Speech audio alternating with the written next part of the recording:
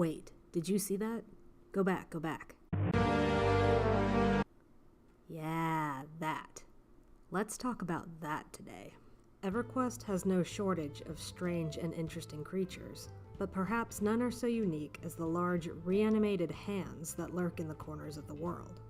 These abominations are usually only found in areas with a high number of undead, with most adventurers encountering their first reanimated hand in the estate of Unrest. These hands seem to prefer using their middle finger as their head, even though any one of their fingers could serve this function just as well. Despite lacking eyes, ears, or a nose, these massive hands use their entire body as a sensory organ to see, hear, and even smell their prey, likely through some unknown magical means.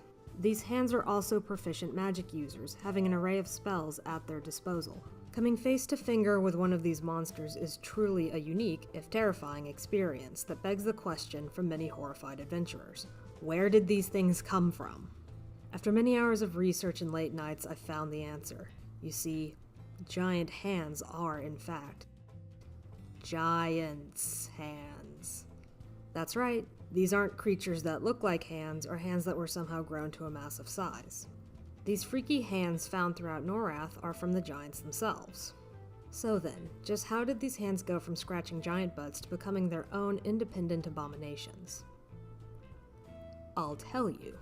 To answer that, we have to go back to Rallos Zek's failed campaign to assault the Plains of Power with his army. After losing, Rallos Zek left his creatures to the mercies of the gods they had just failed to kill.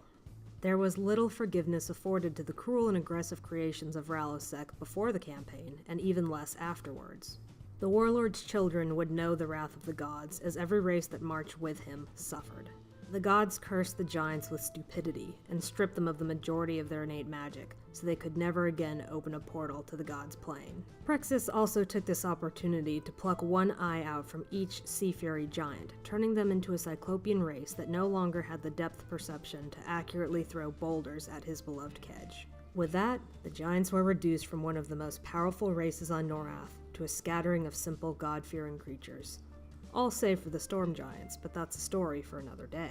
However, the gods found their curse couldn't completely strip the magic from the most powerful members of the giants' race. So, for good measure, they cut off their hands as well, to ensure that they could never wield magic again.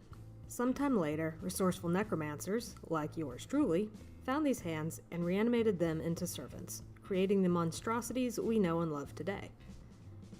Reading their description in Monsters of Norrath, it states that reanimated hands are not immediately aggressive to adventurers, and will only attack if provoked.